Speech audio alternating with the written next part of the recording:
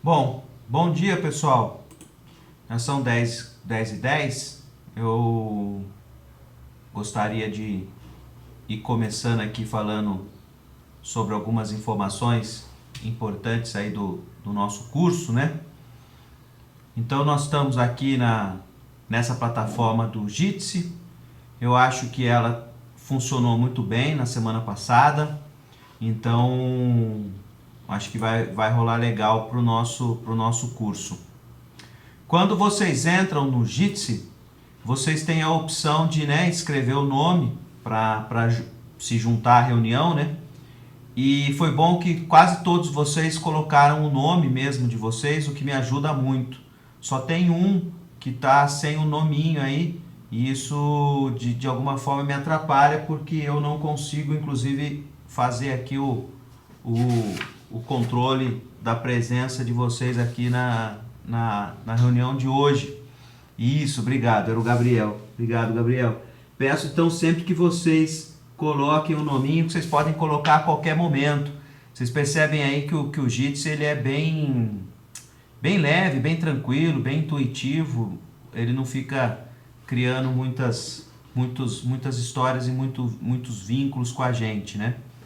Então, tomara que dê tudo certo e a gente consiga continuar usando o Jitsi. Outra coisa que eu gostaria de mostrar para vocês é, é aqui o nosso Siga. Eu estou projetando aí para vocês, eu acho que agora deve estar aparecendo. Eu estou atualizando o Siga, né? Então, na semana passada, que está aqui semana 1, né? Eu coloquei aqui então esse endereço do Jitsi para a gente sempre acessar. Lembrando que o Siga é a plataforma do curso. Então, tudo vai estar lá no Siga, né? E também coloquei aqui a página do YouTube que eu mantenho. Eu já criei um playlist para inserir nas aulas gravadas. Então aqui nessa página do Siga também é possível inserir, né? Então na primeira aula tinha lá o plano de ensino para vocês baixarem. E agora eu subi hoje a primeira aula que foi na semana passada, na quarta-feira passada. Vou tentar fazer isso sempre, né?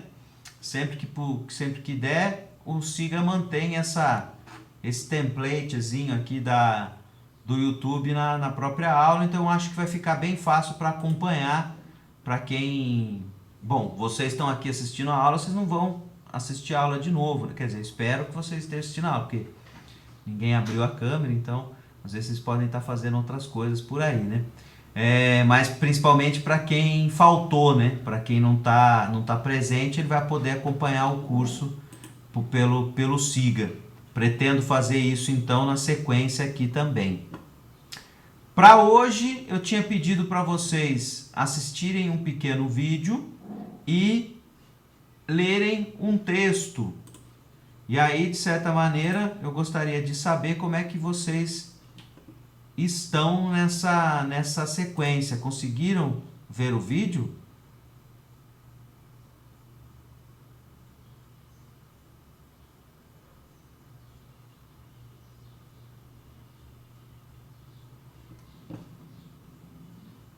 Oi, professor. Opa, Me ouve? sim, Consegui ver o vídeo sim, achei bem feito, bem bonitinho. E dei uma lida no texto também. Eu já tinha lido outros capítulos desse livro para Filosofia da Educação e gostei que a ideia vai ser, pelo que você tinha dito, ter uma perspectiva crítica e tal em relação a esse texto, porque eu estava meio assim, saturada dele já da outra disciplina. E acho, sei lá. e na outra disciplina não teve essa pegada crítica, foi isso? Não teve. Foi só esse texto, a disciplina inteira, depois o Rousseau e tal. Entendi. E bem, assim, essa ideia da paideia, do humanismo, que eu acho bonitinha, acho legal, mas em certo ponto me irritou, assim, principalmente o jeito desse cara escrever. Eu acho que ele gasta muita linha elogio, assim, sabe? E haja linha no texto, né? Porque esse livro é enorme, né? É gigantesco. E é, assim, cada capítulo tem o dobro das páginas que precisava ter para passar a mensagem. Assim, boa parte é ele, nossa, como os gregos são lindos e maravilhosos e tal.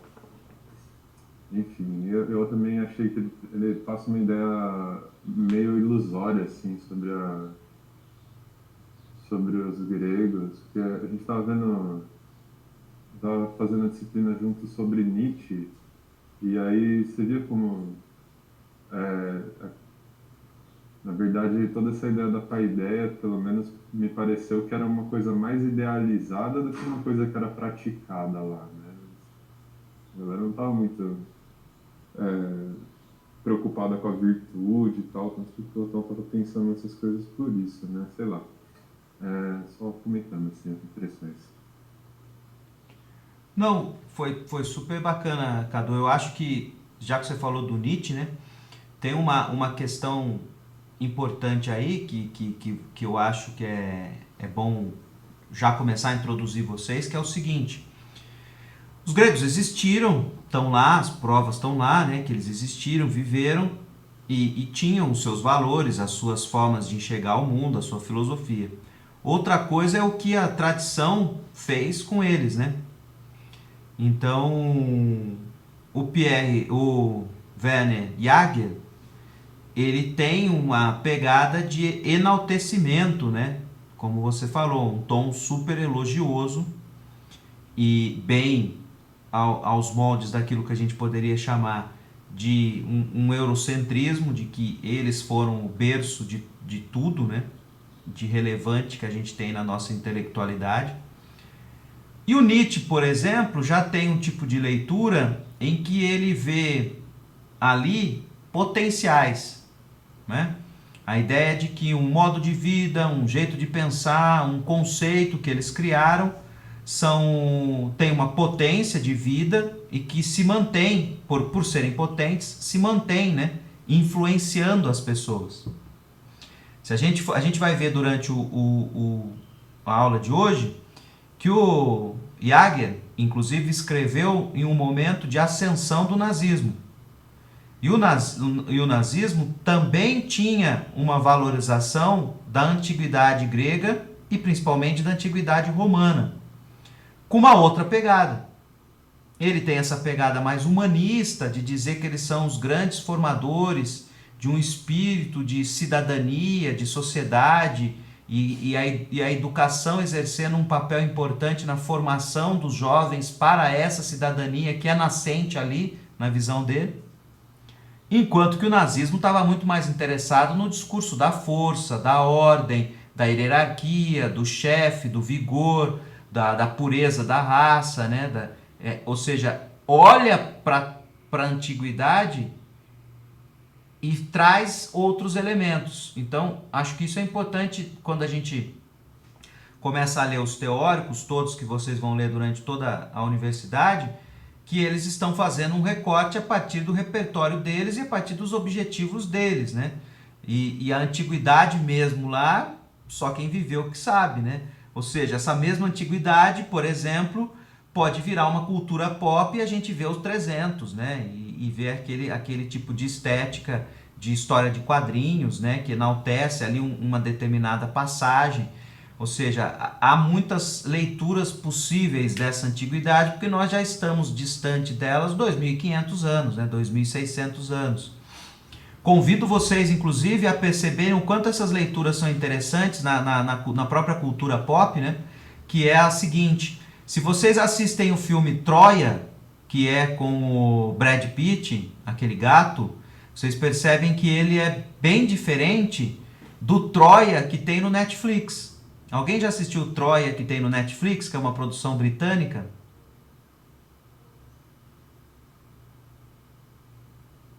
Primeiro que a história do Netflix ela é um pouco mais, ela tenta ser um pouco mais fiel à própria obra do Homero, né? E segundo que ela insere personagens negros na trama. Zeus mesmo é um homem negro. Ou seja, não há uma distinção ali entre as etnias, né? O que eu achei super interessante, o próprio Aquiles também é um homem negro nessa história. Não é um loiro lindo, maravilhoso, dessa tradição que faz da Grécia esse berço branco da Europa e berço branco da intelectualidade como um todo, né? Então o Troia do Netflix é um homem lindo negro. E eu acho que é uma provocação bem interessante, porque nem coloca a questão étnica ali, ele passa a mensagem dizendo: esses heróis podiam ser negros, não precisam ser representados atualmente como brancos. Por que eu estou dizendo isso? Porque é uma forma de lidar com esse texto da tradição. Né? Você vai filmar Troia, você não precisa ir atrás do Brad Pitt, você pode ter outros atores e atrizes para representá-los. Né? Ir atrás do Brad Pitt já mostra um pressuposto implícito dessa escolha. Né? Então, esse olhar para a tradição é diferente a partir do repertório dos objetivos de quem lê a tradição. Acho que esse é um ponto importante. Um outro ponto que eu acho bastante importante é justificar um pouco do porquê da presença desse autor, né? Você acabou narrando que já fez Filosofia da Educação e viu ali que tem um curso inteiro dedicado a essa obra. Eu particularmente acho também que é um pouco exagerado a gente dedicar tanto tempo a ele, por isso que eu me restringi a uma aula e peguei o começo do texto para fazer uma breve introdução e aqueles que se sentirem interessados possam empreender a sua leitura depois por conta própria, né?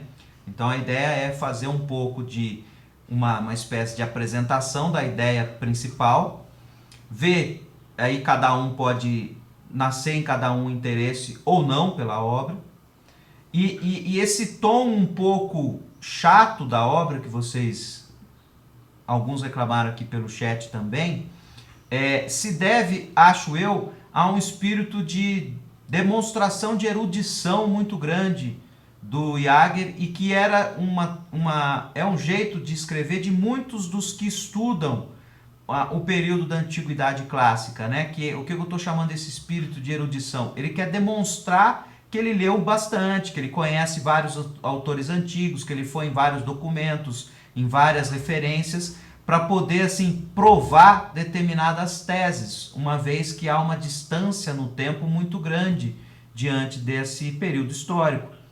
Então o texto vai se alongando porque parece que ele precisa justificar tudo que está propondo ali enquanto interpretação histórica, e aí o texto vai ficando longo porque ele vai trazendo uma série de referências que muitas vezes a gente não conhece, não lê, porque ele vai citar ali diferentes autores, né, que vão desde o Tucídides até dramaturgos, né, como Eurípides, entre tantos outros, vão desfilando ali uma série de nomes que muitas vezes a gente perde a referência por não conhecer mesmo, como que, né, por ser todo um conjunto de conhecimentos que a gente leva tempo e também interesse de conhecer, né?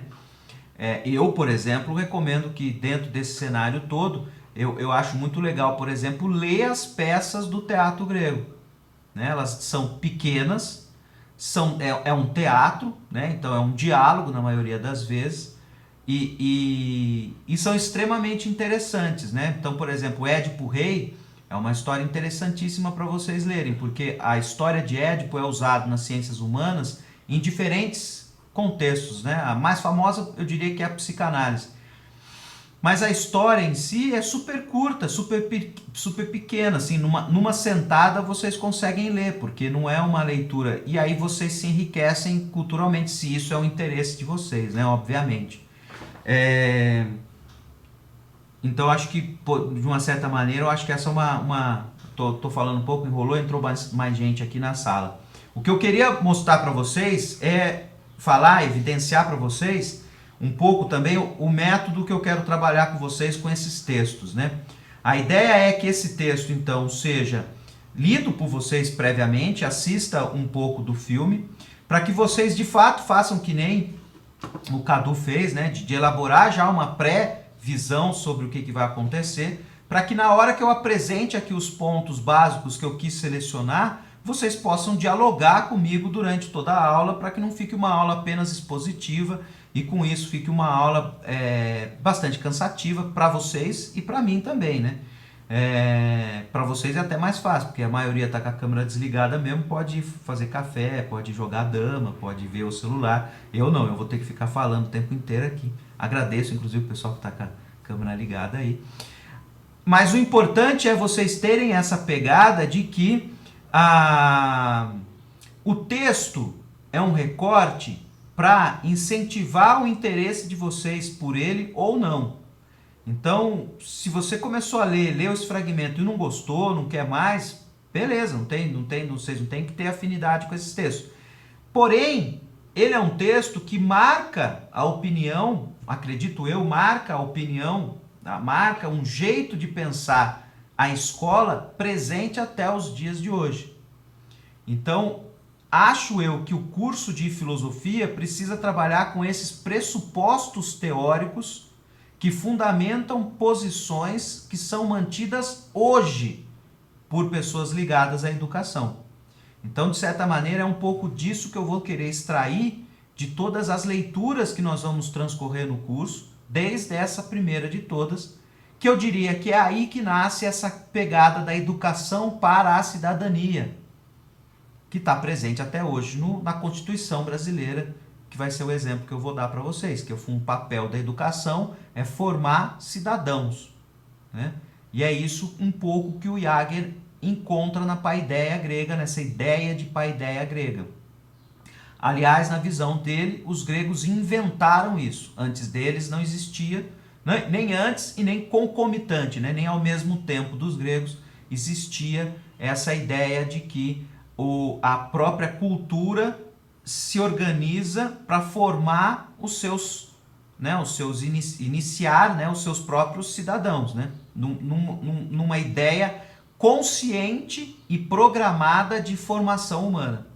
Basicamente é essa a ideia que ele vai trazer. E aí ele vai usar 1000 páginas para justificar por que ele acha que os gregos são os primeiros que têm uma consciência clara de formar cidadãos, né? Ou seja, organizar um processo educativo que forma as pessoas, né? Os jovens principalmente, e aí eles também inventam essa ideia do jovem, né? De ser educado desde a tenra infância, nesse processo. Então, por exemplo, se a gente comparar o que eu passei para vocês semana passada, ele vai dizer que os egípcios não tinham essa consciência clara enquanto civilização de formar as pessoas para a vida do Egito Antigo, né? O que eu discordo. Eu acredito que lá você já tem se for para dizer que a educação é esse processo de formar moralmente as pessoas pensando no ideal de conduta, os egípcios já tinham isso, como eu tentei mostrar para vocês. Então, porém, essa ideia eu entendo como importante de ser, pelo menos, problematizada, lida, né? Uma coisa é descartar uma tradição por achar que ela tem ali preconceitos, pressupostos que você não concorda sem conhecê-la. Outra coisa é ler, pelo menos um pouco, para poder saber como é esse estilo, né? Então, essa coisa que vocês não gostaram do estilo dele, é um pouco esse estilo muito erudito, né? Por exemplo, o Nietzsche, se vocês lerem, por exemplo, o nascimento da tragédia, né? O nascimento a história do Dionísio e da Apolo, talvez vocês conheçam um pouco, é um texto muito mais curto. Ele vai muito mais rápido ao ponto que ele quer chegar. Por outro lado, ele deixa ali implícito vários pressupostos conceituais que ele tem, que daí tem todo um exercício de leitura que você precisa fazer, muitas vezes buscar outros textos do próprio Nietzsche para entender determinadas passagens. Agora, o Jaeger já tem um outro estilo de escrita que ele está tentando deixar tudo às claras, vamos dizer assim. Tudo que ele leu e referência para a opinião dele, ele joga no livro. Por isso que o livro tem 1000 páginas, né? E aí o livro vira um suporte distante, né? Você põe no móvel que está caindo da sua casa, porque ele tem ali 7 centímetros de grossura, é um calhamaço, né? Mas é o estilo de escrita.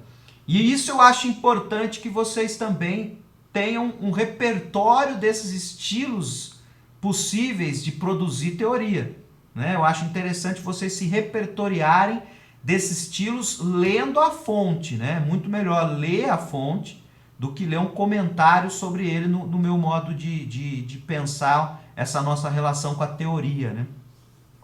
Então, acho que por aí passam alguns pontos importantes que eu queria introduzir vocês. Tudo bem, então? Até agora? Podemos ir, então, para a apresentação que eu montei? Deixa eu projetar aqui para vocês, então, o meu lindo PowerPoint, que eu fiquei horas fazendo. Tá aparecendo para vocês aí? Aí, alguém vai falar? Agora eu tô vendo a apresentação e me perco um pouco aqui. A iconografia grega, né, também é algo que durante toda a tradição, né, foi diversas vezes revisitada, né? Até descrevi para vocês durante a minha breve apresentação aspectos bastante contemporâneos dessa iconografia, né? Trazendo aí exemplo do Netflix, o Troia do Netflix e o Troia de Hollywood, ou mesmo o 300 e o... Eu esqueci o nome do segundo filme do 300, que conta a história um pouco antes, né? Ascensão do Império. Ascensão do Império, obrigado, Felipe. Que tenha uma pegada diferenciada, porque tem uma pegada de trazer para a tela, uma tentativa de trazer para a tela uma pegada de história em quadrinho, de anime, né? Por isso que ele é mais escurão, assim, né? Ele tem uns rabiscos, tem uma estética diferenciada. E aí eu escolhi essa imagem porque essa imagem, de alguma maneira, é uma imagem de uma ânfora grega, ou seja, uma imagem da antiguidade. Vocês podem ver que está trincadinha até aí, né, a imagem. Só que ela traz uma referência de signo que é muito presente, né, que é alguém sentado escrevendo, né? Para tentar, de alguma forma, mostrar que é essa a ideia principal do Jaeger. É Jaeger, tá errado aqui na minha apresentação o nome, tá? Do Jaeger. Que é a ideia de que os gregos inventaram, de alguma maneira, a educação, né? O termo paideia, aqui tá certinho, né? O termo paideia, a gente vai ver, que se refere ao que ele está tentando chamar de formação humana, né? Que não teria uma tradução literal, né, específica para o português e para diversas línguas, não só o português, né? Porque seria essa palavra que estaria ligada a esse processo de formação do homem grego, né?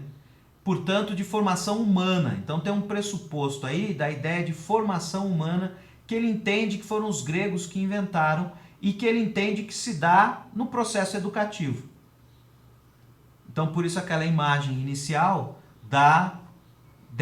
desse jovem, talvez um jovem, me parece, escrevendo mais ou menos como hoje a gente faz diante de um laptop. Se vocês olharem bem, parece que ele está até com um laptop, né? Uma canetinha, ó, e um laptop, vocês podem ver. Ó. Só não dá para saber se é um Dell, se é um Apple, mas é um laptopzinho. O Jaeger tá aí com essa carinha dele aí, simpática, né? Vocês podem ver atrás dele esses livrões, né? Essa coisa da cultura erudita, né? Um cara ainda com essa pegada de texto, né? Ele nasceu na Alemanha em 1888 e veio a morrer em 1900 e... Ixi, eu não coloquei aqui. 1961, coloquei sim.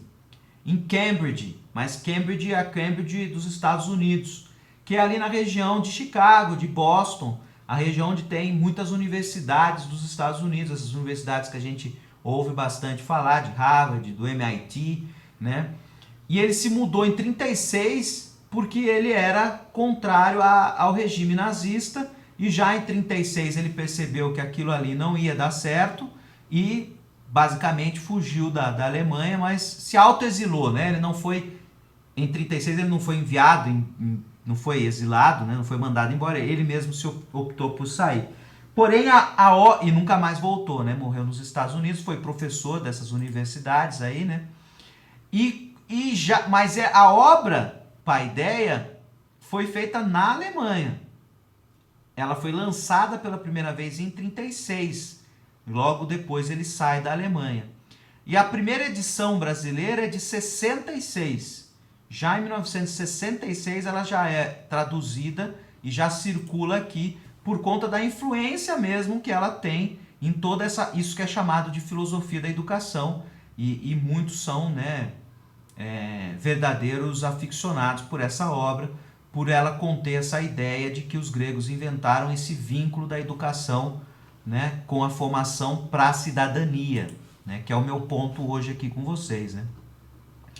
Peguei a capinha que traz uma outra, né, vocês podem perceber que ela é ligeiramente diferente, né, o jovem que está usando o laptop é ligeiramente diferente, para vocês perceberem que essa iconografia do jovem estudando, ela é muito presente, né, nas ânforas gregas, né, e essa é uma das capas das possíveis edições brasileiras, porque já existem mais de uma desde 66, né.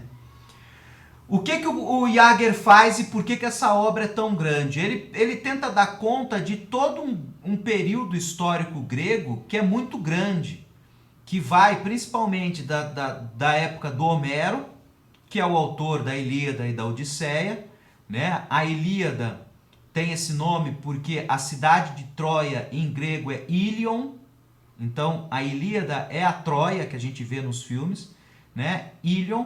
E a Odisseia, que é a volta de um dos generais gregos, desse consórcio que eles fizeram para ir atrás da Helena, né? A história que se conhece mais profundamente é o Agamenon, que tem essa esposa raptada pelo Alexandre Paris, né? Mais conhecido como, mais vezes como Paris, mas também era Alexandre o nome dele. E vão atrás a história da Odisseia, a volta de um deles. Ele pega desde esses poemas e da influência desses poemas no mundo grego, o quanto esses poemas formavam as pessoas ao serem lidos e virarem uma tradição oral durante muito tempo, como já o início dessa paideia grega que vai se consolidar alguns séculos à frente, lá na Atenas dos sofistas e do Platão. Só que ele também analisa um pouco o papel do Alexandre na difusão do tal do helenismo e na difusão desses elementos gregos por todo o mundo que ele conseguiu ali invadir, né? O Alexandre era um grande invasor de outros territórios e ele morre numa dessas invasões, bastante jovens, já lá na Índia. O Alexandre também também há um filme hollywoodiano sobre a sua figura, né? Para quem não conhece, dá uma gugada aí que vocês acham, né? Gugada não, vocês podem usar o QAnt, que a gente, depois que vê dilema nas redes, a gente tem que mudar os nossos vocabulários. QAnt é um outro buscador que não fica roubando seus dados na hora que você está pesquisando, já que eles ficam aí nos forçando a apertar OK naquela história dos cookies ali, e quando a gente dá OK no cookie, eles pegam todo o nosso histórico de navegação. A paideia não tem uma tradição, então, para o português, né? Apenas elencamos termos próximos, ele diz ali, né? Como civilização, cultura, tradição, literatura e a própria palavra educação, que é o nosso foco aqui. Jager, nossa, de novo está errado aqui. Jager, não é um L aqui, é um R depois do E. Parece querer defini-la como um ideal de formação humana que vai sendo construído ao longo desses séculos, desde Homero, né? E que para ele representaria o legado dessa cultura, né? Vou fazer um recorte com vocês. E por que eu quero falar um legado? Porque essa frasezinha que tem no prefácio eu acho que mostra um pouco a história desse legado, né? Ele vai fazer a exposição da paideia dos gregos. Só que simultaneamente os gregos encarados como paideia. Percebam esse jogo de palavras, o que ele quer dizer. Eu, Jager, estou estudando e vou apresentar para vocês o conceito de ideal de formação humana dos gregos. Ao mesmo tempo que eles, gregos, são um ideal que até hoje a gente segue. Eles são um ideal de formação do humano, né? Eu nem gosto de usar a palavra homem, né? Muitas vezes aparece porque está no vocabulário dele, né? Mas é formação humana, Não é formação só do homem, né? Formação de todos, né? Jaeger aponta que fará um estudo sobre a relação entre o processo histórico de formação do homem grego e o processo espiritual de elaboração de um ideal de humanidade. Por isso que ele precisa de muitas fontes, porque é uma ideia de originalidade. Os gregos, ao longo de um processo histórico, se tornaram um tipo humano ideal. E eles elaboraram um discurso consciente dessa idealidade. E esse discurso consciente de um tipo humano ideal é que perdura séculos a fio e que o faz se interessar por essa história. Tudo bem até aqui, pessoal? Vão perguntando aí se não tiver claro. Lá na página 322, que não está na seleção que eu dei para vocês, eu quis trazer essa frase por conta desse peso que ele dá muito forte à ideia de que essa educação como paideia, essa ideia de que os gregos tinham consciência de um processo educativo para se tornar um grego, né? E por isso que eles precisavam da educação para formar o homem grego, é uma criação original e experiência originária de uma formação consciente do homem. Ou seja, não existiu antes dos gregos e nem em outros lugares ao mesmo tempo a ideia de formação consciente do homem. E de novo, o que é essa formação consciente? É quando você tem a escola e a educação formal.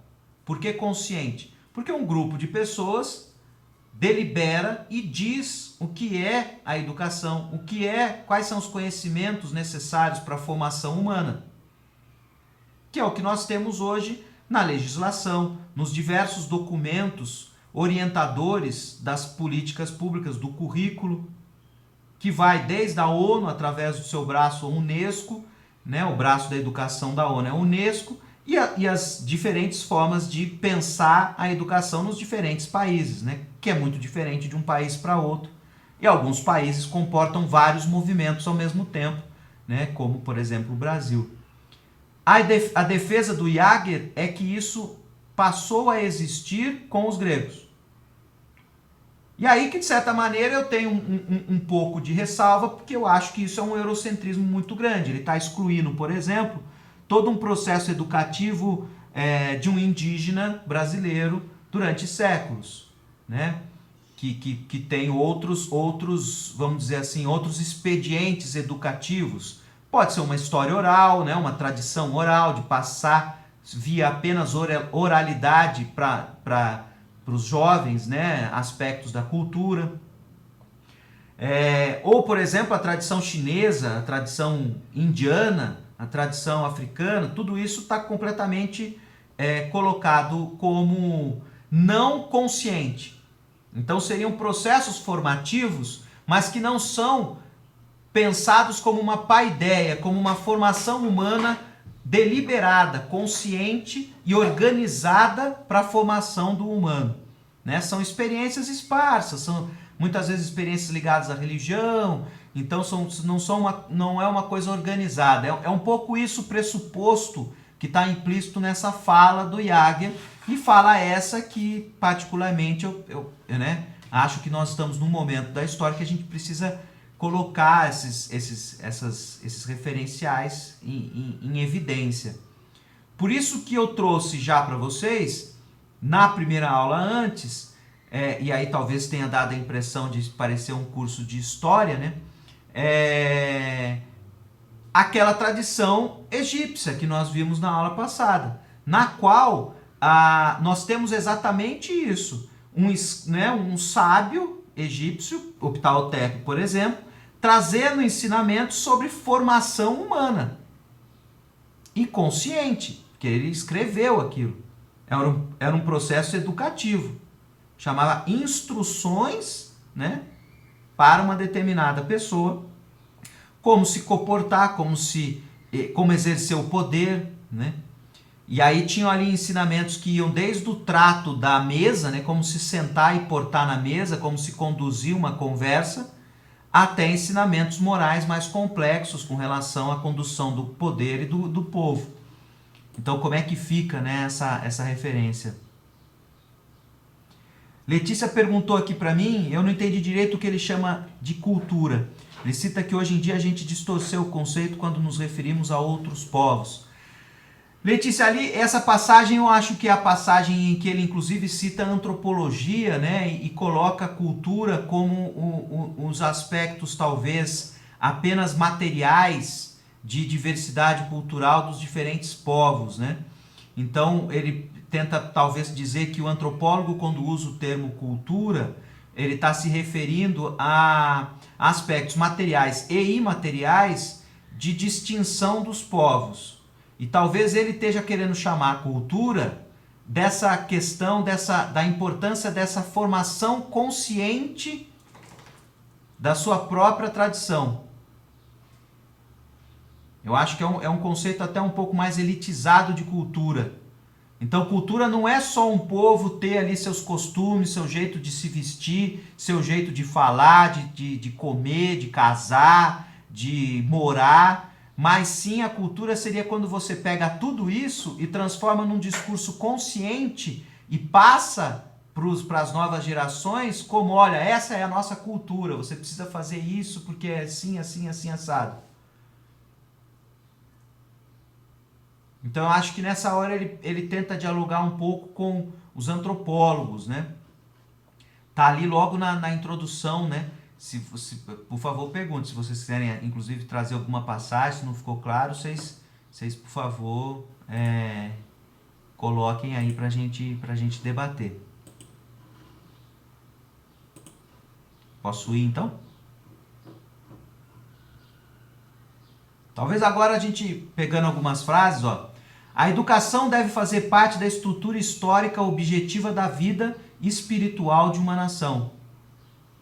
Então é aí que essa paideia, também como cultura, porque ele quer trazer a palavra cultura para essa noção de que a educação deve fazer parte dessa estrutura objetiva da vida espiritual de uma nação. Ou seja, para chamar de cultura mesmo, essa paideia, ela precisa desse esforço consciente traz aqui a ideia de melhoramento, de progressividade. É uma das ideias que a gente já vai ver que continua até hoje na educação. Que é a ideia de que você sai melhor da escola do que você entrou. A gente não ouve isso. A gente não ouve no ensino médio. Vocês estão estudando para vocês serem alguém na vida. Não é essa frase que alguns professores insistem em dizer e que eu acho extremamente estrangulante, quer dizer que aquele aluno não é ninguém, ele não é ninguém na vida, né? O que é esse alguém? Se alguém está nessa ideia de progressividade do conhecimento, de que você, em contato com esse processo educativo, com essa ideia formativa que uma cultura cria, você vai melhorar enquanto pessoa. A educação participa da vida e no crescimento da sociedade, tanto do seu destino exterior, como na sua estrutura interna e desenvolvimento espiritual. E, uma vez que o desenvolvimento social depende da consciência dos valores que regem a vida humana, a história da educação está essencialmente condicionada pela transformação dos valores válidos para cada sociedade. Percebam então o movimento que ele está criando de que a educação é esse desenvolvimento social consciente dos valores que regem a vida humana. Então, uma determinada sociedade elege os seus valores e faz um processo consciente de transmissão e ensino desses valores às gerações que vão nascendo. E os gregos inventaram isso. Então é como se ele dissesse que na China antiga não existia isso. Não de modo consciente, como um processo histórico instituído para fazer isso. Esse é o ponto principal da paideia que ele está colocando. Tudo bem, então, com essa ideia? E acho que é aí, Letícia, que entra essa concepção de cultura. Porque daí a cultura vai ser esse exercício consciente da transmissão dos valores, modos de ser de um povo. enquanto que algumas outras leituras chamam cultura esses modos, independente se eles são transmitidos culturalmente, conscientemente ou não. Tudo bem?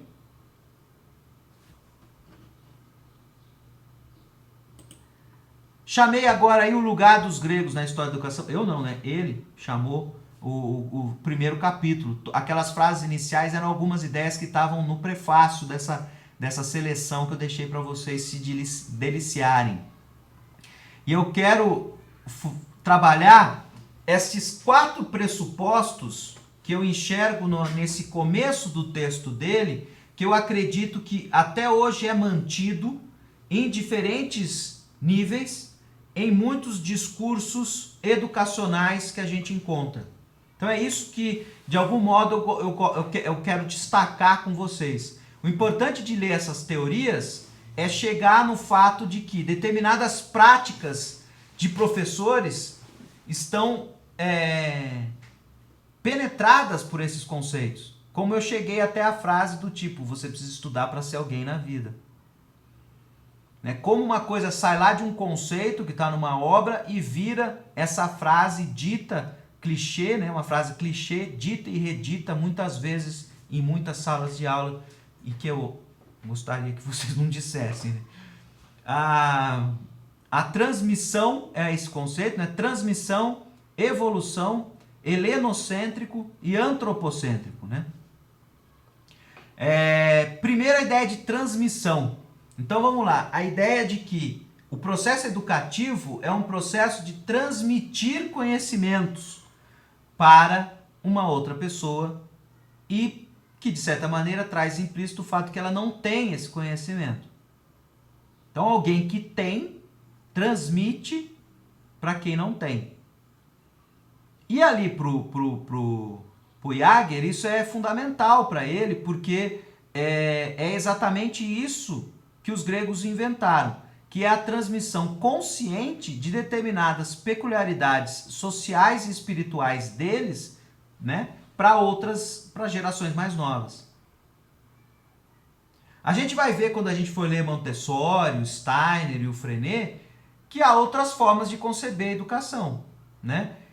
A ideia principal deles é que a criança já possui saberes, ela já possui uma vontade indagativa, da qual o professor não vai encher ele de conhecimentos porque ele veio vazio para a aula, mas ele vai direcionar esse espírito questionador para determinados conteúdos, para determinadas ideias, para determinados conceitos, para determinados conhecimentos que são importantes na concepção deles de formação. Então é um pouco por aí que eu quero que vocês se atentem no tipo de pegada filosófica de ler um texto. É tentar identificar os pressupostos que animam aquela teoria. Outro pressuposto que a gente vai encontrar nesse texto é a ideia da evolução.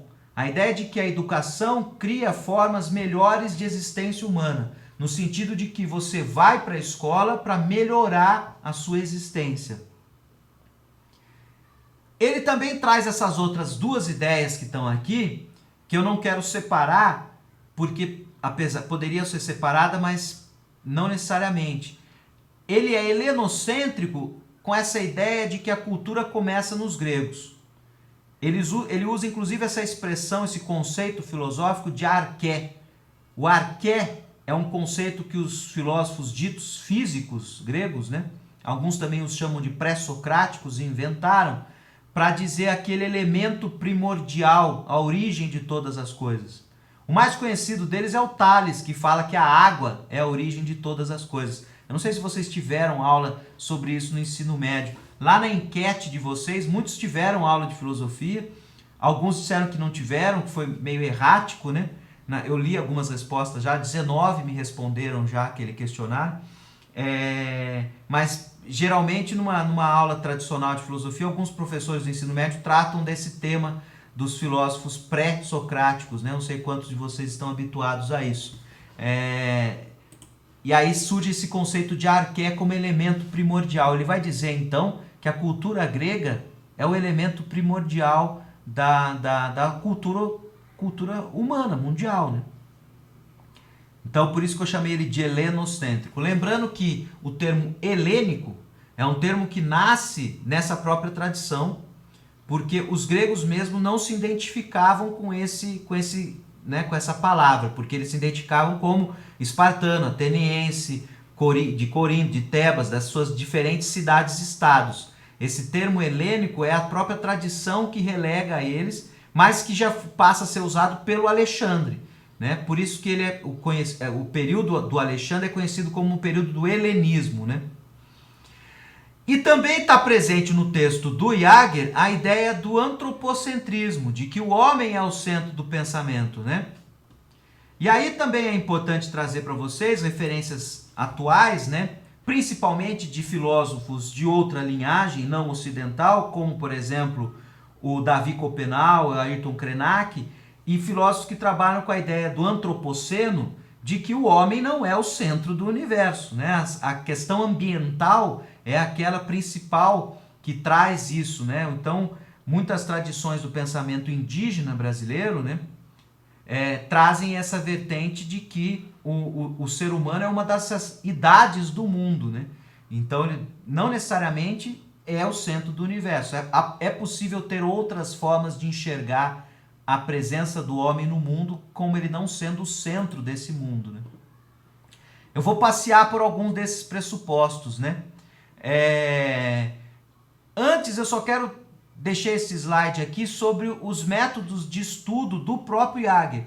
O momento em que o momento dele no texto, em que ele explica como que ele vai estudar, né? Como que ele estudou. Acho importante também trazer esse elemento para vocês perceberem esses elementos nos textos que vão ler, né?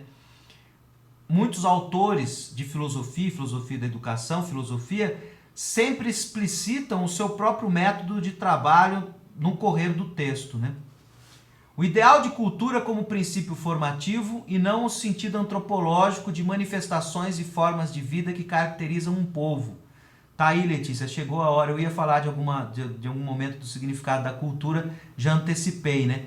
A cultura, tinha antecipado, né? A cultura como princípio formativo, nesse sentido de transmissão consciente de valores e ideais, e não apenas manifestações e formas de vida que caracterizam um povo, né? Que é o sentido antropológico e que é o sentido mais usual da palavra cultura. Ele está tentando chamar de cultura esse processo consciente de transmissão, formação a partir dessas manifestações, né?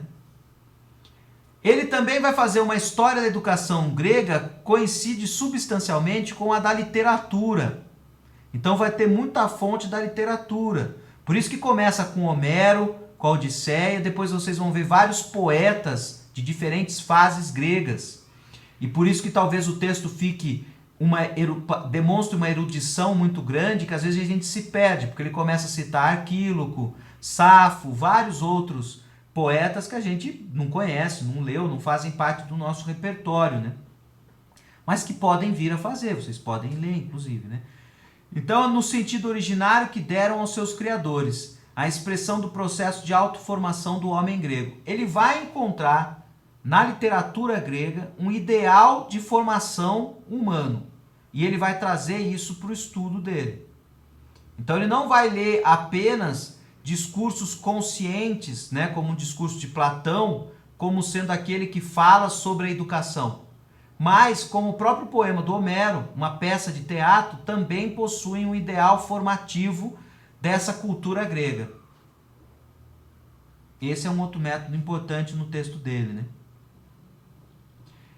Ele também cria uma distinção, lá na página 23 e 24, não sei se vocês notaram, entre uma instrução natural e uma formação mesmo humana. Ele diz lá, instrução é natural e universal nas comunidades humanas.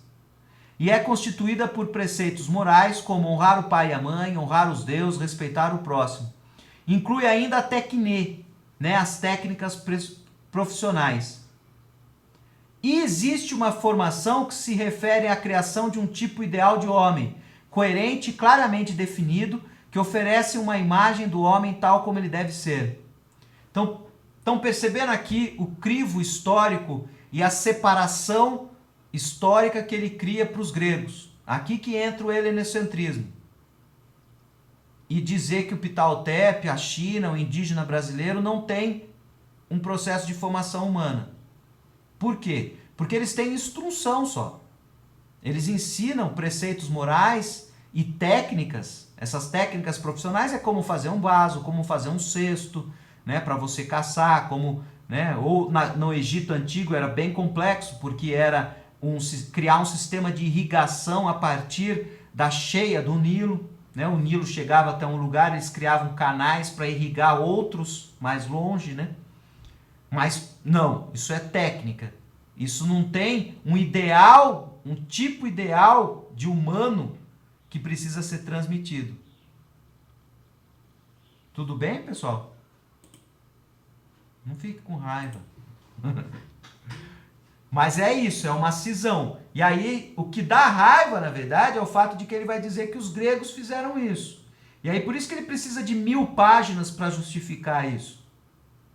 Porque daí ele vai dizer que você não consegue reunir 1000 páginas do pensamento egípcio. Aí não vai dar para reunir mesmo 1000 páginas do pensamento egípcio. Não dá para você reunir 1000 páginas sobre o pensamento africano como um todo, porque a tradição era oral, né?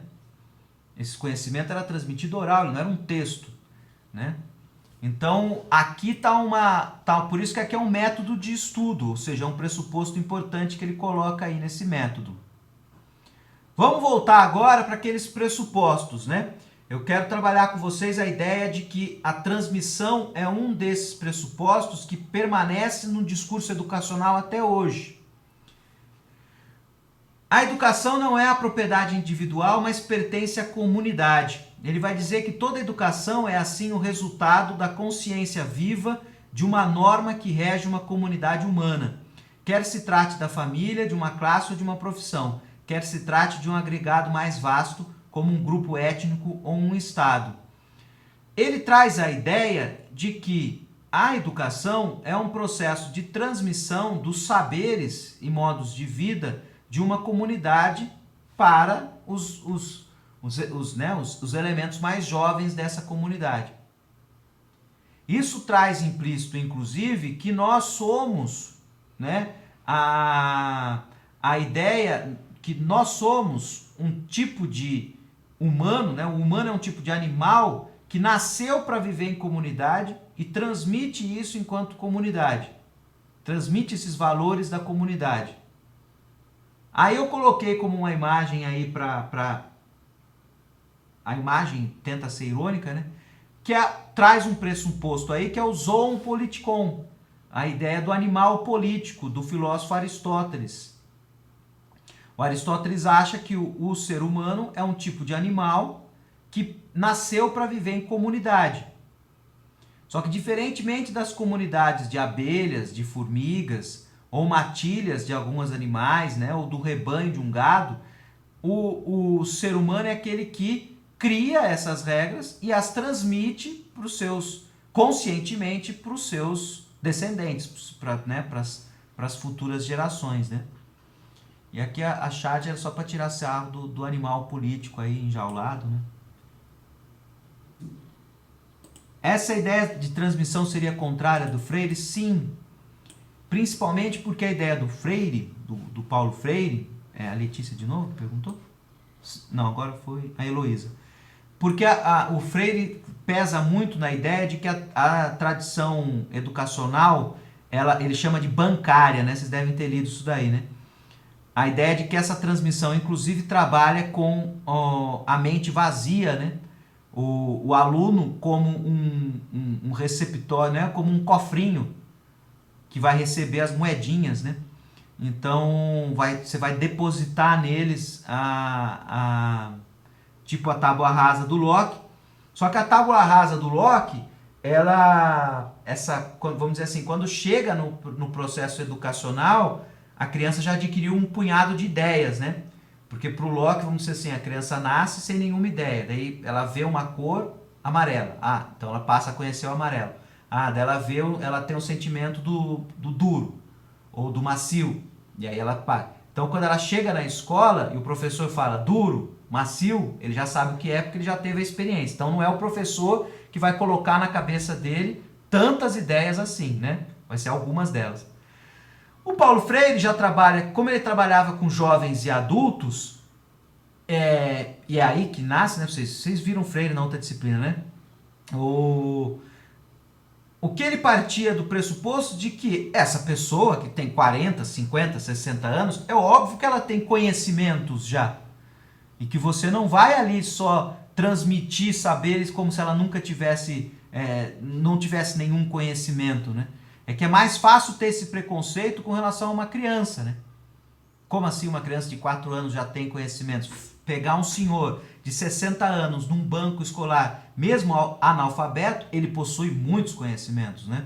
Então, a ideia de transmissão esbarra um pouco nessa concepção de que se você está transmitindo conhecimentos, alguém tem e alguém não tem. Então, cria uma situação hierárquica na educação. E não a relação de um facilitador, ou de um provocador, ou de um mediador. Então, a ideia é de que você está mediando a relação de um grupo de alunos com um determinado conhecimento, não transmitindo ele no sentido de que eu sei e que vocês não sabem e que eu preciso preencher esse vazio momentâneo de vocês. Eu acho que esse discurso é muito presente na educação ainda. Eu acho que muitos professores assumem essa postura hierárquica de que eles sabem, vocês não sabem, e por isso que muitas vezes a gente ouve a pergunta do aluno, para que eu vou aprender isso, né?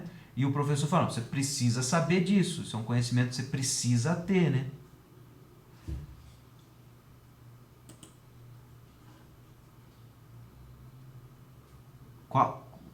Quando passado tivemos um professor assim? Ah, no quali passado? Deve ser quali, né? No quadrimestre. Ah, eu não gosto dessas fofocas aí de professor aí. Apesar de fazer. Essa ideia, então, que ele está tentando partir também da transmissão, é de que é a comunidade instituída, é a estrutura da própria sociedade, o Estado, a família, né? Que precisa tomar conta dessa educação, desse processo, né? Por isso que ela não é uma propriedade individual, mas pertence à comunidade, essa obrigação, né? A posição específica do helenismo na história da educação humana depende da mesma particularidade da sua organização íntima. A aspiração à forma que domina tanto os empreendimentos artísticos como todas as coisas da vida. E, além disso, do seu sentido filosófico do universal, da percepção das leis profundas que governam a natureza humana e das quais derivam as normas que regem, está faltando um G aí, a vida individual e a estrutura da sociedade. Na profunda intuição de Heráclito, o universal, o logos, é o comum na essência do espírito, como a lei é o comum na cidade. No que se refere ao problema da educação, a consciência clara dos princípios naturais da vida humana e das leis imanentes que regem suas forças corporais e espirituais tinha de adquirir a mais alta importância.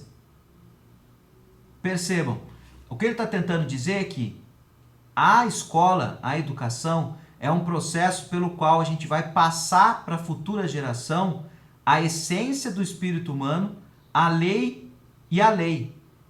Então a gente vai ter que passar os princípios naturais da vida humana e as leis imanentes que regem a nossa vida para as futuras gerações. Hoje nós dividimos isso em português, matemática, química, física, história, filosofia, sociologia, essas disciplinas. Na universidade a gente faz isso com outras tantas disciplinas. Mas a ideia é passar isso, é obrigação da sociedade, é um ideal de formação humana da sociedade, passar para a futura geração esse espírito do logos, da razão, a razão aí tendo um papel importante, a consciência clara dos princípios naturais da vida humana e das leis imanentes que regem o nosso funcionamento tanto do corpo quanto do espírito. Por isso que a educação física também não fica de fora.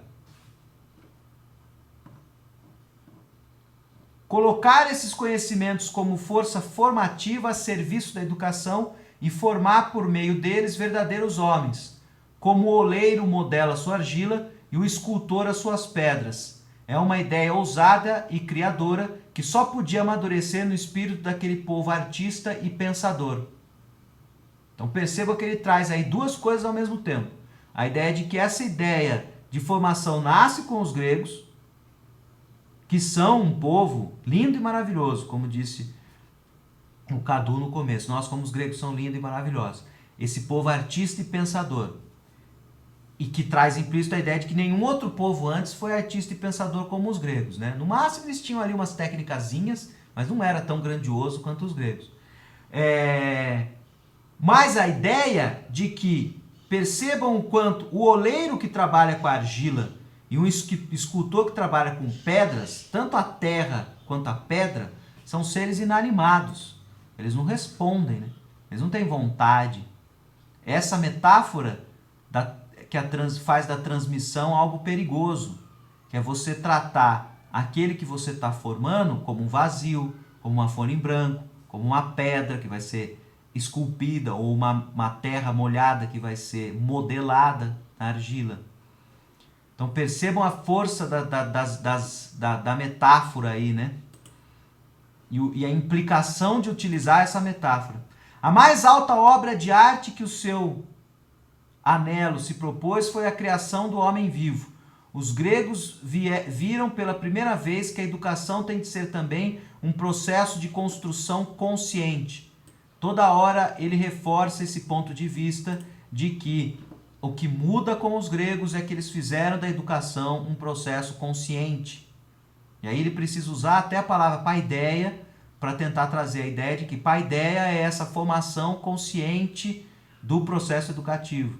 De que você tem determinados valores, um tipo ideal de humano para ser formado e precisa ser transmitido.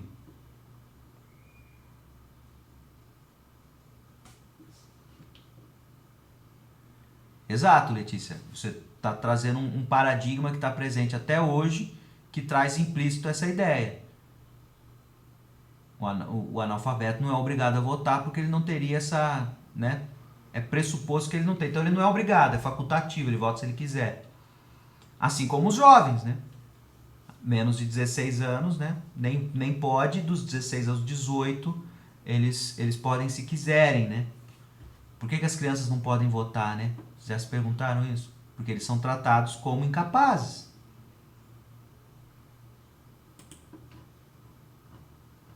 Outro pressuposto até os dias de hoje é essa ideia de elevação, de progressividade, né?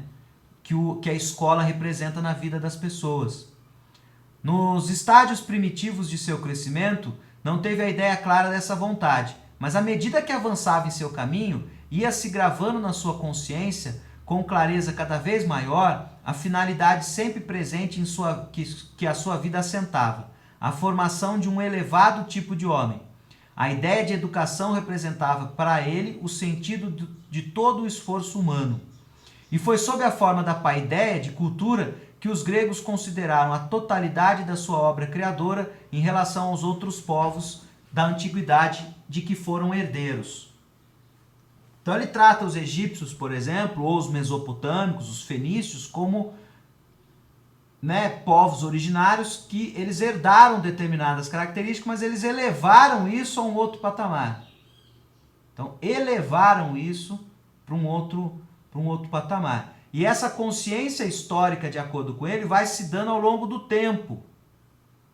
Né? Não que Homero já tivesse isso, mas ele é um start e isso vai cada vez ficando mais latente. Né?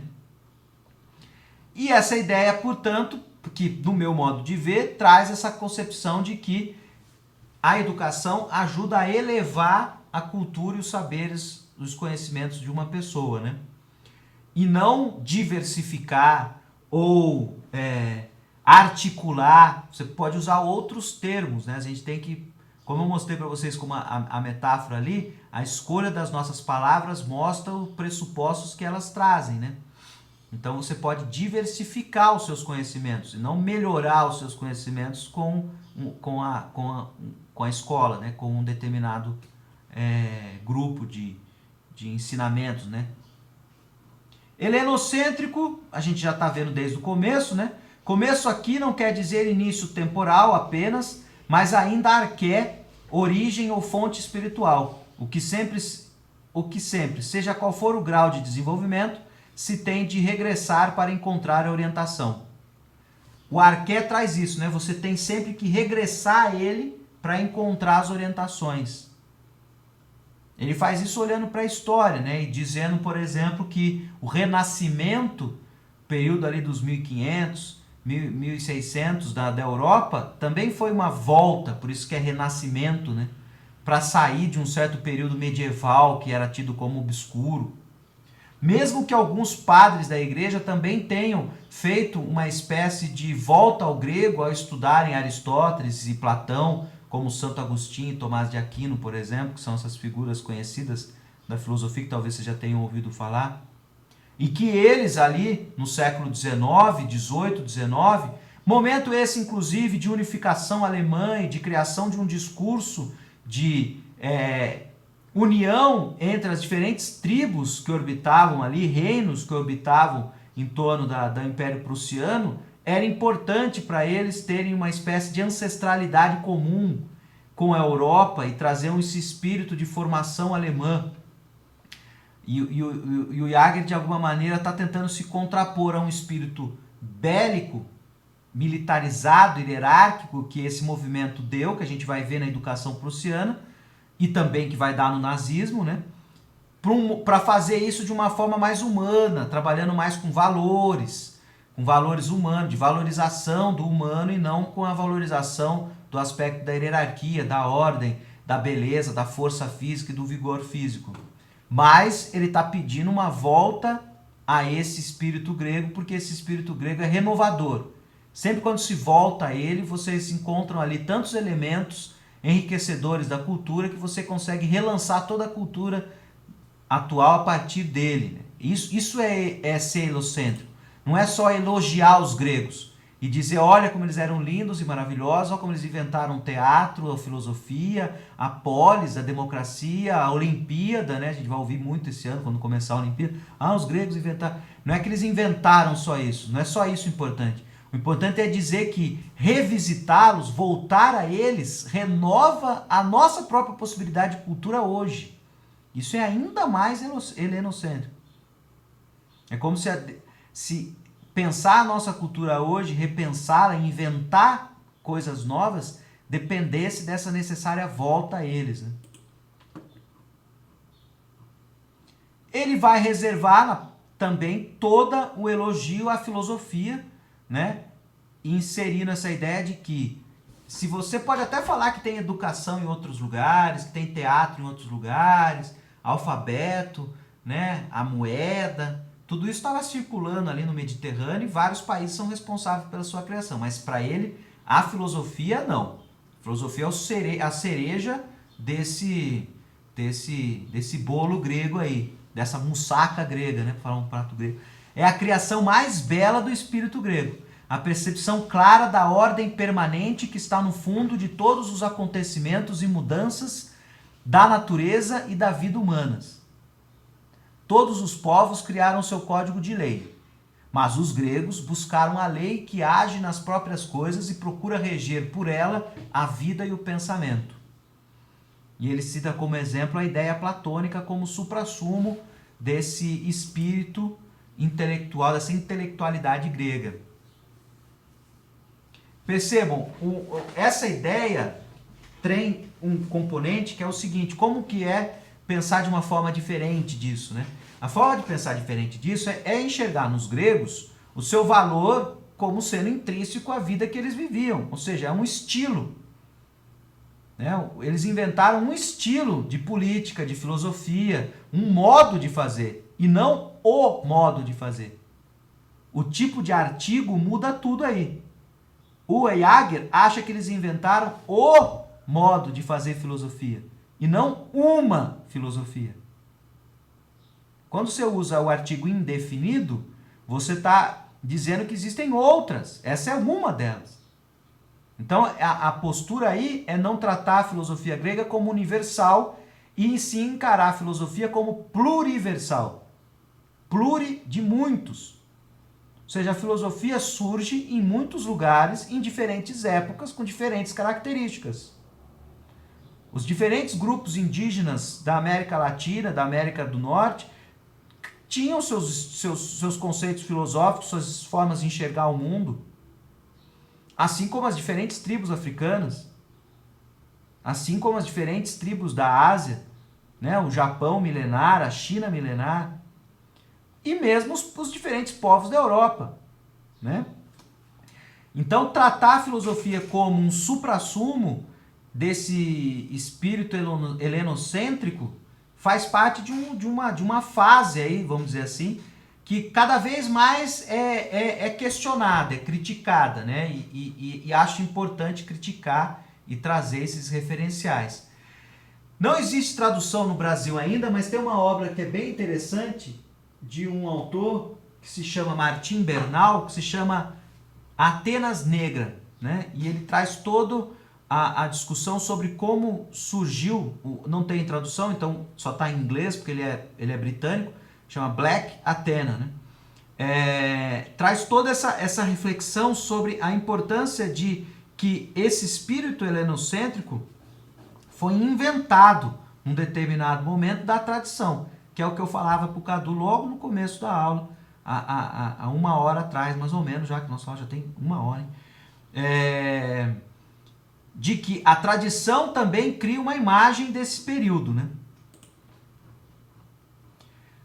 Agora, o outro pressuposto que eu acho que permanece até hoje é essa ideia do antropocentrismo e do humanismo, né? A sua descoberta do homem não é a do eu subjetivo, mas a consciência gradual das leis gerais que determinam a essência humana. O princípio espiritual dos gregos não é o individualismo, mas o humanismo. Então ele está chamando de humanismo essa ideia de um tipo ideal humano. Não é que o homem grego percebeu e teve consciência de si mesmo como um ser pensante.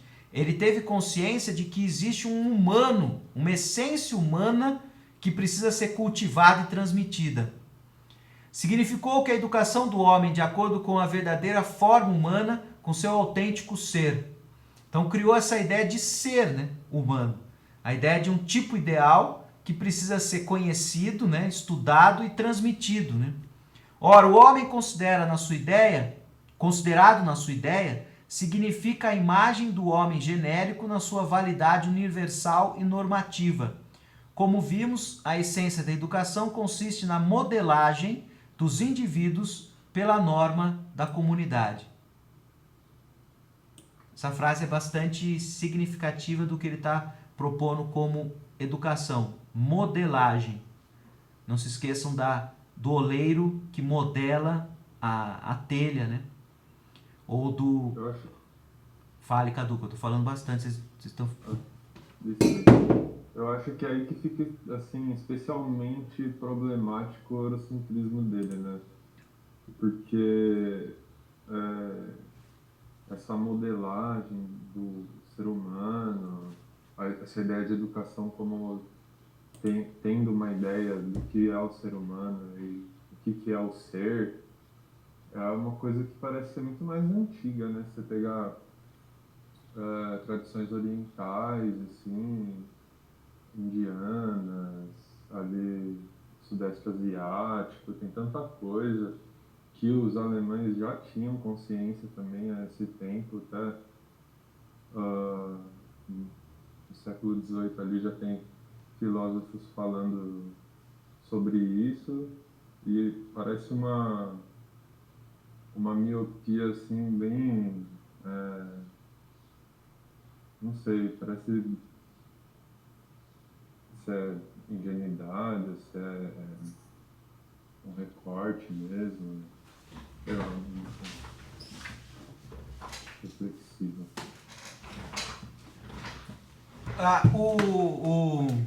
O Martim Bernal, né, que é o autor que eu acabei de citar para vocês, ele, nessa obrazinha aqui, ó, vê se eu voltei para a tela aí. Essa obrazinha aí.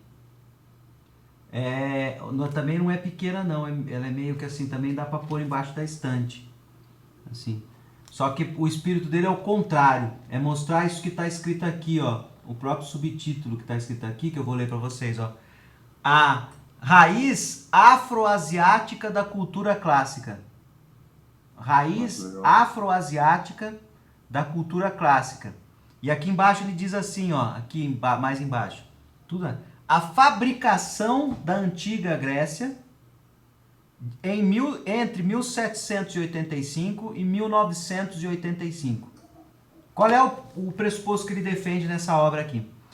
Que nesse período, 1780, que coincide inclusive com o período de unificação da Alemanha, inclusive de descobertas, porque, por exemplo, foi Napoleão que chegou, né, e fez grandes descobertas, por exemplo, no Egito, lá com Champollion, né, que era um dos seus generais, por exemplo, encontrou várias tumbas, encontrou tudo aqueles caras lá, levaram tudo para a França depois, né, tá tudo no Louvre, no Museu da Inglaterra, essas coisas não estão no Egito, muitas delas.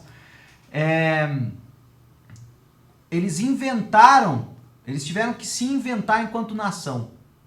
Para isso, eles precisavam inventar um povo originário, uma tradição. E aí eles inventaram, por exemplo, que o povo originário deles eram os gregos. E esses gregos também precisavam ser brancos e geniais, né? Então eles acabam apagando essas origens afro e asiáticas da cultura grega.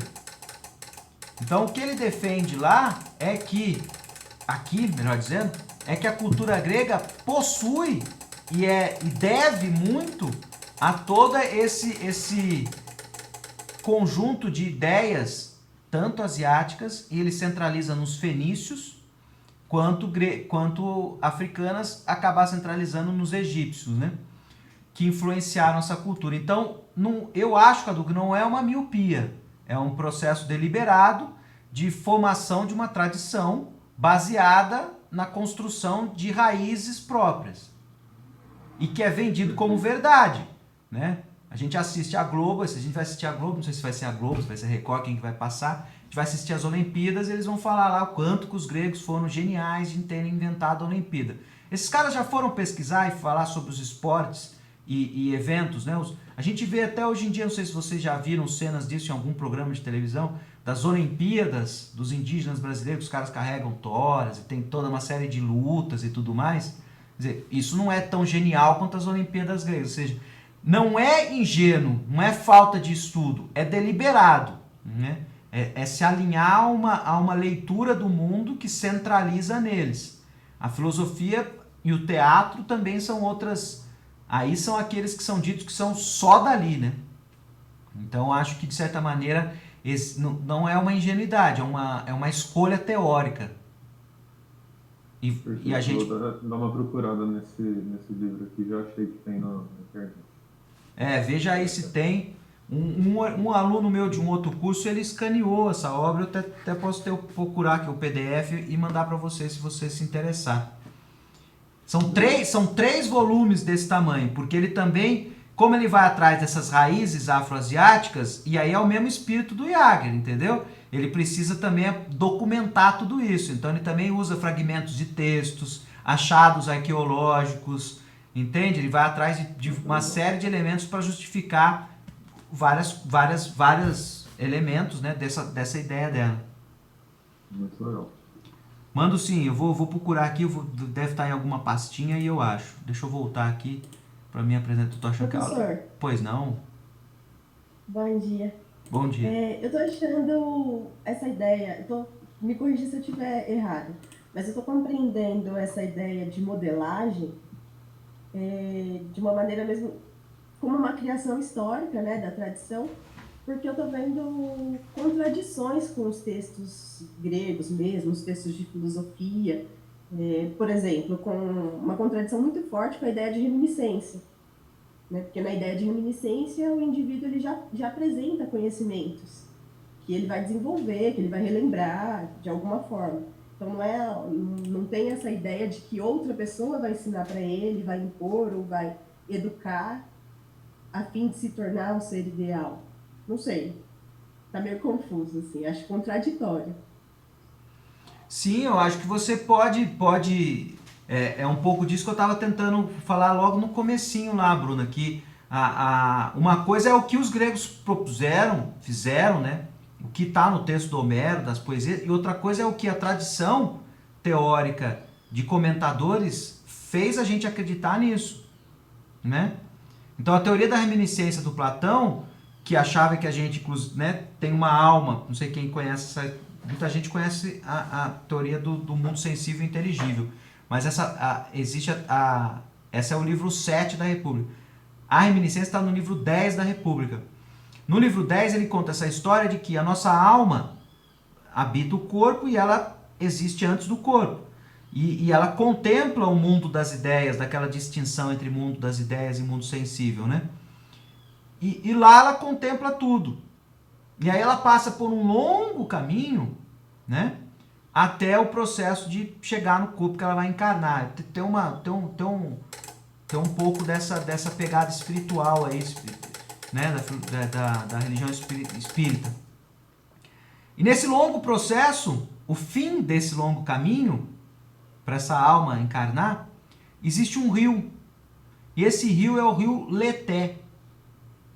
O rio Leté, a palavra Leté é o rio do esquecimento. Quanto maior a sua sede, mais você bebe desse rio antes de encarnar. Por isso que daí quando você encarna, você esqueceu de determinadas coisas que você contemplou.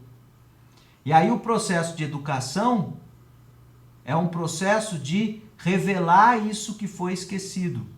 Por isso reminiscência, né? A ideia de lembrar o que você sabia. E por isso que a palavra grega para verdade é aleté. A verdade é aquilo que é o não, o a é o privativo, né? Não esquecido.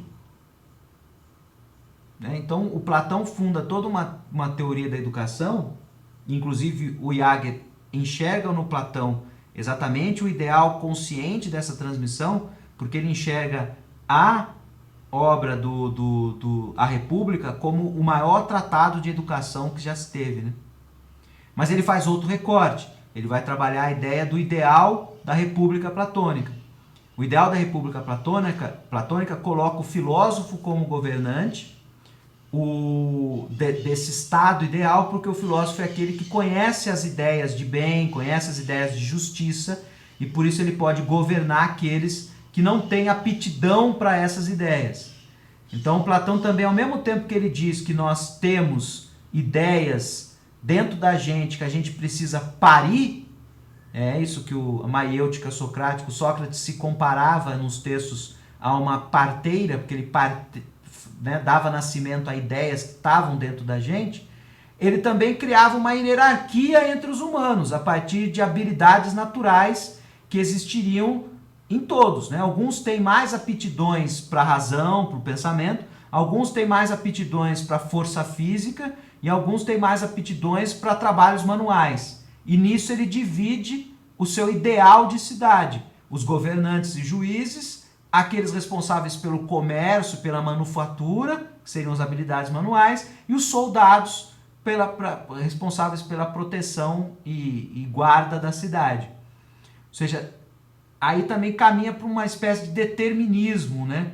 Então, de todo modo, o que você apontou, de fato, acontece aqui. Nós estamos diante de uma leitura do Jäger da tradição filosófica e de determinados aspectos da filosofia e do pensamento grego como um todo, não só a filosofia, porque ele usa muita literatura, né? Então é do pensamento grego como um todo. E você pode encontrar outras tradições que façam outras leituras. Então é um pouco por aí que eu estou, ao trazer o Martim Bernal, por exemplo, é um exemplo de um cara que também tem um calhamaço, que defende uma ideia oposta à do Jäger, né? Então, o peso da tradição é importante aí.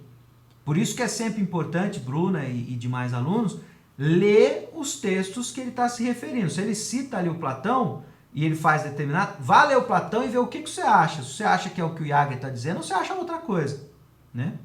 Então é sempre importante. Por isso que eu também comecei essa aula mostrando o texto do Jäger para vocês e passando a minha leitura dele. Que vocês também podem falar assim, professor, mas não achei isso daí no texto do Jäger, não.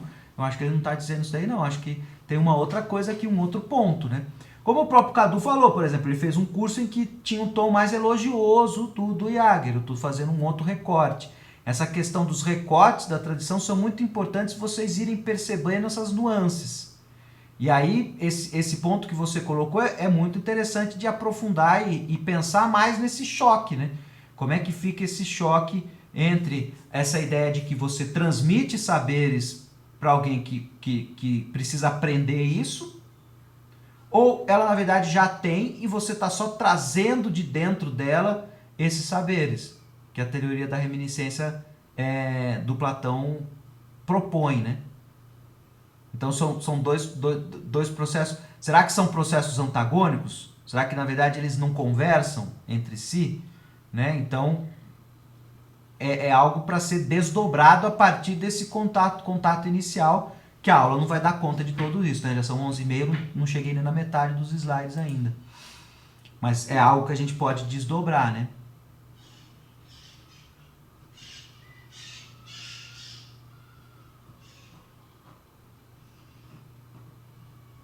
Tudo bem? Posso ir em frente aqui? Caramba, vocês já acharam os 3 volumes da obra já em inglês aí, em PDF, é isso? E já mandaram pro grupo? Vocês estão rapidinho. Sim, o site russo... Os russos. Os russos são bons. Os russos são bons essa pirataria aí, né?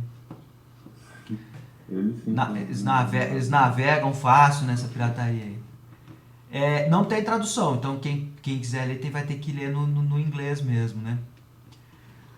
Um ponto que eu também estou trazendo aqui para vocês é essa questão da individualidade, né? Dissemos que a importância universal dos gregos como educadores deriva da sua concepção do lugar do indivíduo na sociedade.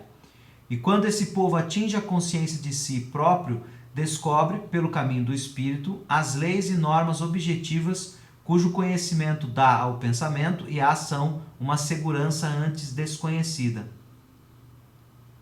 Eu acho que é aí que vem um pouco da transmissão, Bruno, essa ideia de que a educação é o processo pelo qual você vai revelar para um indivíduo esse espírito, né, essas leis e normas objetivas cujo conhecimento dá ao pensamento e à ação uma segurança antes desconhecida.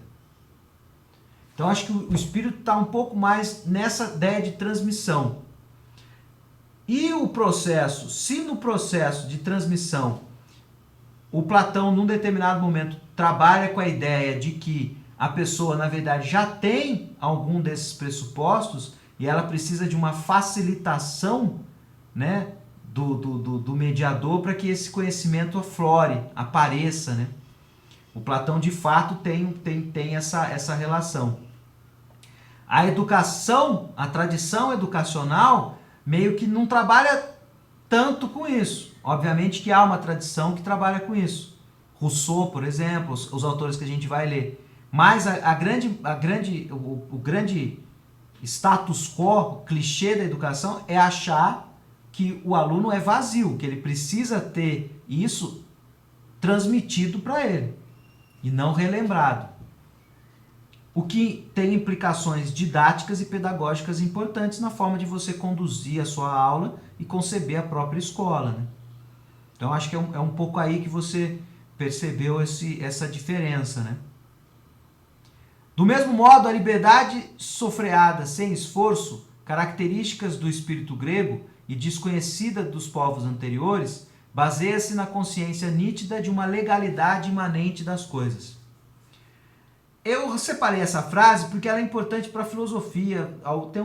Tem autores que dizem que a filosofia, de fato, é o exercício de descobrir e ter consciência dessas leis imanentes das coisas, que as coisas mesmo não revelam essas leis. É o espírito filosófico que as descobre como se fossem implícitas, como se estivessem escondidas atrás daquilo que o vulgo só vê as coisas, né?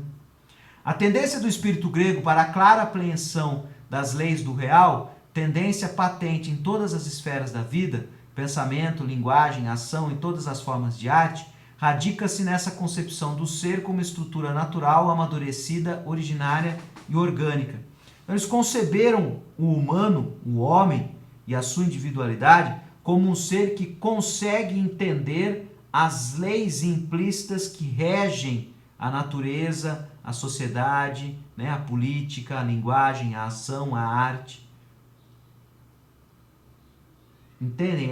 É um pouco aí que está uma concepção de individualidade que vai para a escola. Que na escola vai despertar na criança esse ser que consegue dar conta de perceber os pressupostos, as leis que estão por trás daquilo que a gente vê e sente. Isso está ligado a essa teoria da individualidade. Eu tentei separar para vocês a forma como ele constrói essa concepção de paideia a partir de um movimento histórico que vai passando por etapas e ele vai marcando alguma dessas etapas e as suas diferentes contribuições para essa paideia que surge depois desse processo consolidado. E aí eu tentei separar para vocês alguns aspectos no texto que eu recortei, e não todos, porque daí a obra inteira ele vai passear por todos eles. E aí a obra fica imensa, porque ele vai mostrar detalhes de todas elas, né? Acho que nesse primeiro momento seria bastante importante trazer para vocês esses 6 primeiros momentos, pelo menos de modo geral, que começa com a Ilíada e a Odisseia. Ele também faz referências não só ao Homero, que é o poeta dessas duas histórias, mas também ao Hesíodo, que é um poeta que fez outras 2 histórias muito importantes na mitologia grega, que é o Trabalho e os Dias e a Teogonia. São textos menores, mas não menos importantes do que a Ilíada e a Odisseia, naquilo que Jaeger chama de formação, né, desse início desse espírito grego.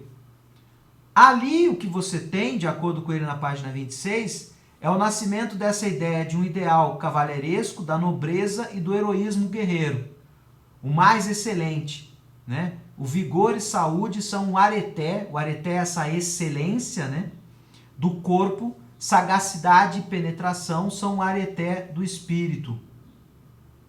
Se vocês perceberem, inclusive, a Ilíada e a Odisseia, ela centraliza em 2 heróis que representam esses 2 tipos de areté, de excelência, né?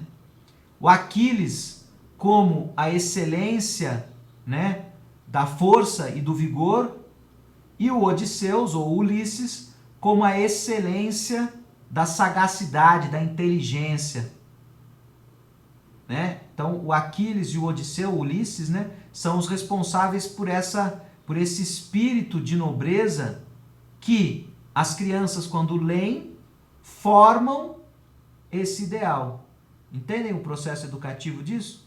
Ao ler essa poesia, ao usar o Homero na escola como, vamos ler Homero aqui na escola, o que se quer é que o jovem se identifique com Aquiles e com Odisseu e busquem a excelência como processo de formação humana.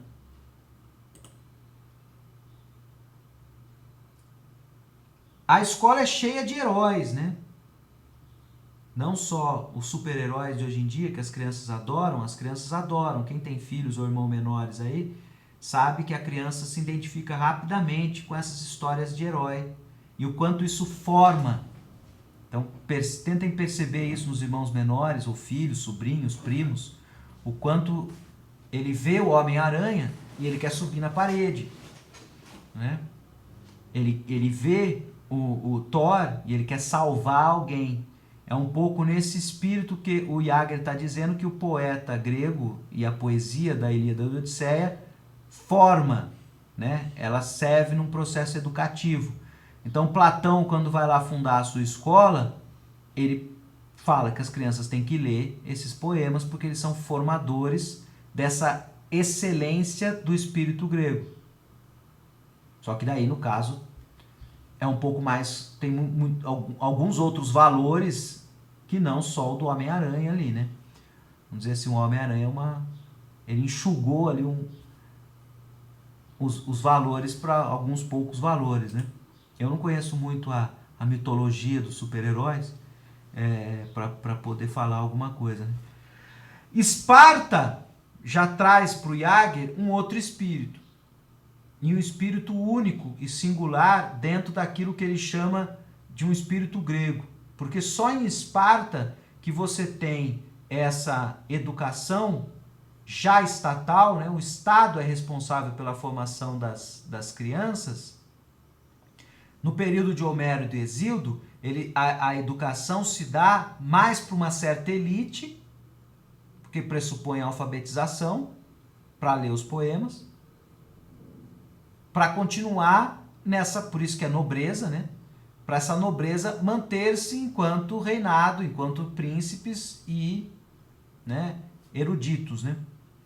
Na Esparta, ele usa os poemas de Tirteu que enaltecem esse espírito de luta militarizado, de que o Estado precisa educar as crianças para servirem a esse espírito belicoso e essa necessidade de lutar para defender a cidade de Esparta e expandir o seu comércio, expandir a sua riqueza e a sua vida. Então essa agogé que ele chama que eu acho que até o 300 mostra essa agogé, porque ele mostra lá aquele momento em que como é que chama lá o barbudão lá de Esparta? Do 300 lá? Leônidas. Mostra o Leônidas passando pelo Agogé. Vocês lembram que eles botam lá o Leônidas no frio, para lutar com um lobo, eu acho, só com uma tanguinha, na neve, com uma lança, para lutar com um lobo, eu acho, que é 3 vezes maior que ele. Essa era o processo de Agogé, né? Tinha a história, inclusive, de que, se eu não me engano, no 300, uma criança que nasce meio... né? Ou não sei se ela nasce ou ela adquire alguma doença que tem um processo degenerativo muscular ali, físico, né? É excluído da cidade. Só que depois ele trai, né? O Leônidas com os persas, né? Vocês lembram dessa figura, né?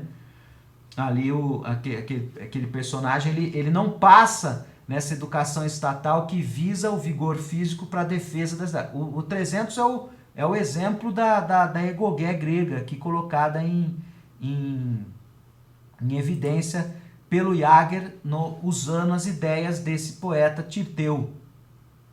Daí ele também traz o exemplo de Atenas. Atenas, inclusive, é ironizada no 300, né? Que vocês filósofos aqui, vêm aqui me ajudar, mas eu mesmo que vou acabar com vocês, são uma terra de filósofos e tal. Os caras meus atenienses vão embora, ali só ficam eles nas Termópilas, né? Ele usa o exemplo do Solon. O Solon é um personagem que, se vocês forem lerem o que o Hesíodo disse dele, as histórias que se contam do Solon, ele se parece muito com o Ptahotep que a gente viu lá do Egito Antigo. Porque ele é o cara que, na Atenas da época dele, ele instituiu uma série de preceitos, inclusive ele era chamado de um sábio grego exatamente por isso, que visavam melhorar o comportamento dos seus cidadãos e criou leis de acordo com esses princípios para melhorar a convivência na polis grega, a polis de Atenas, melhor dizendo, que estava sendo criada a partir desse processo já de pré-democracia, de discussão pública dos rumos da cidade. E aí a educação para o Solon já passa a ser para esse comportamento, ethos é comportamento, ligado à convivência na sociedade. Ou que é aquilo que a gente poderia chamar de cidadania.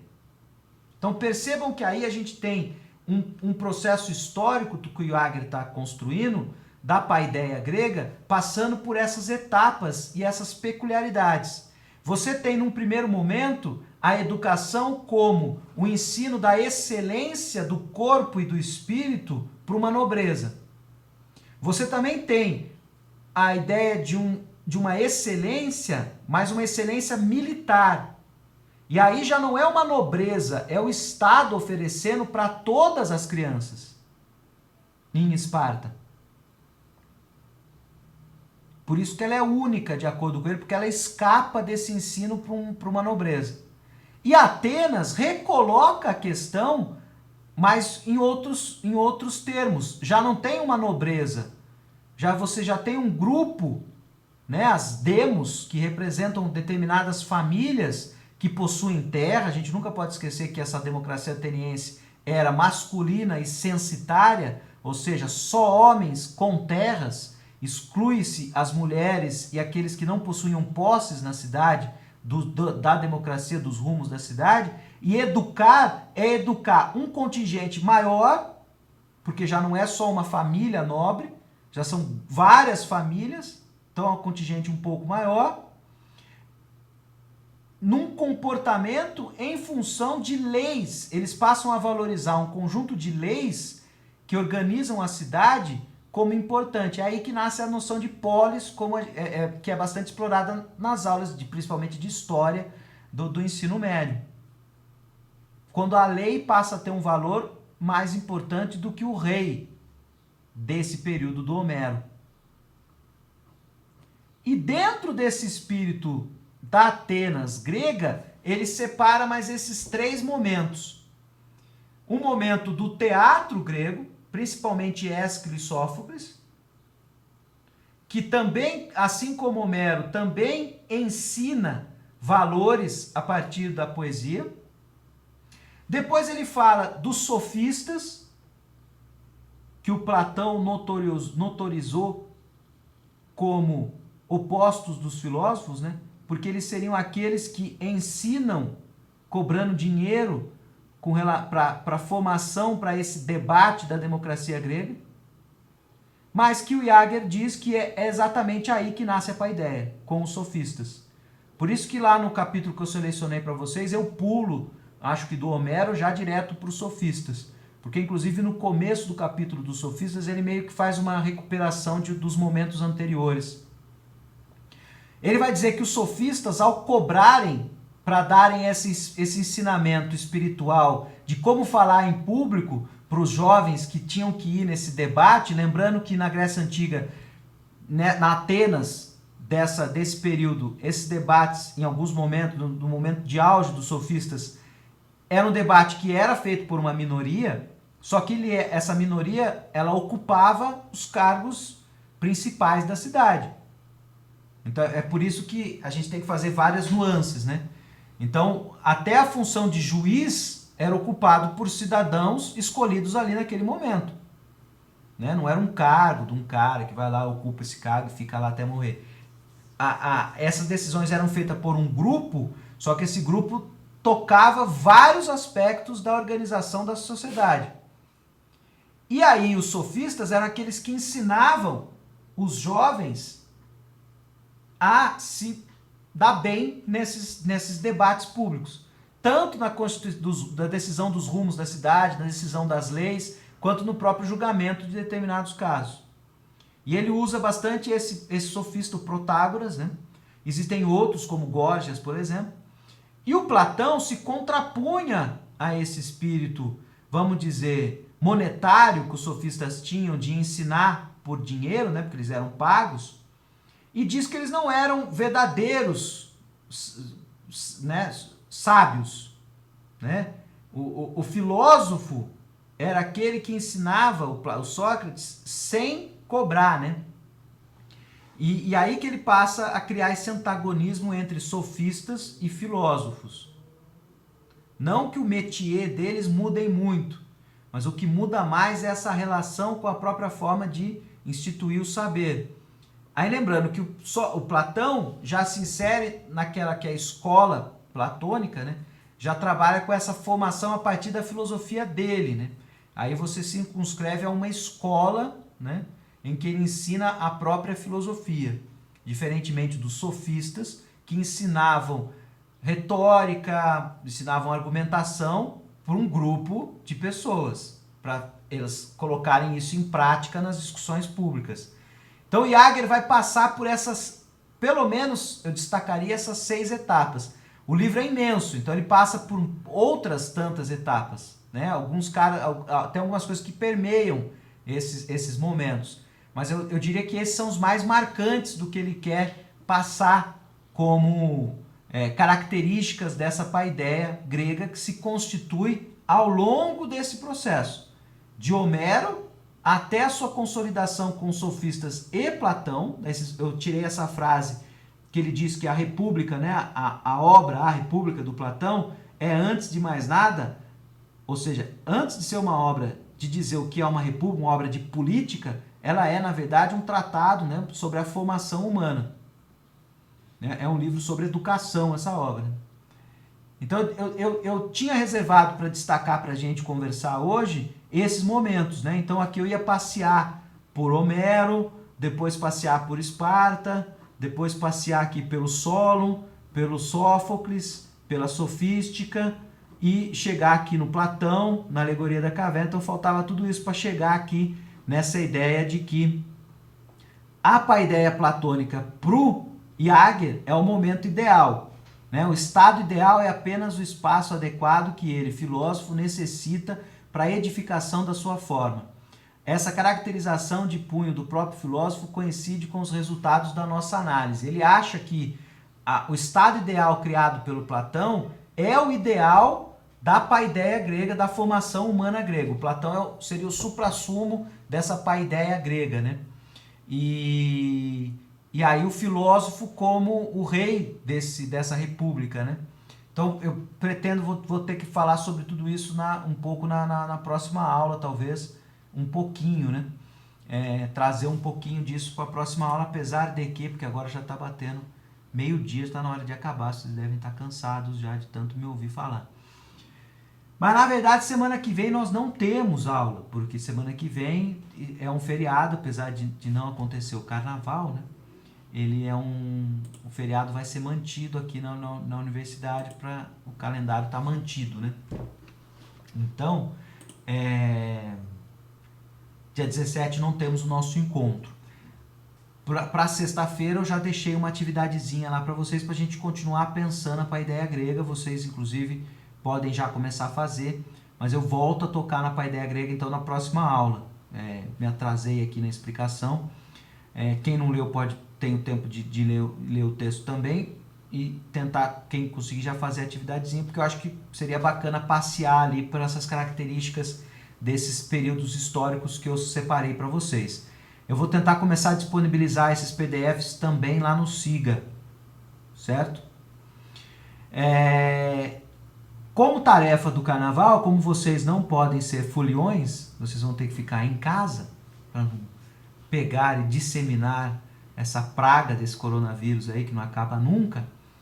Não se esqueçam que na próxima aula eu não posso adiar a próxima aula, porque a próxima aula é a aula sobre o Rousseau, né? E a aula sobre o Rousseau, eu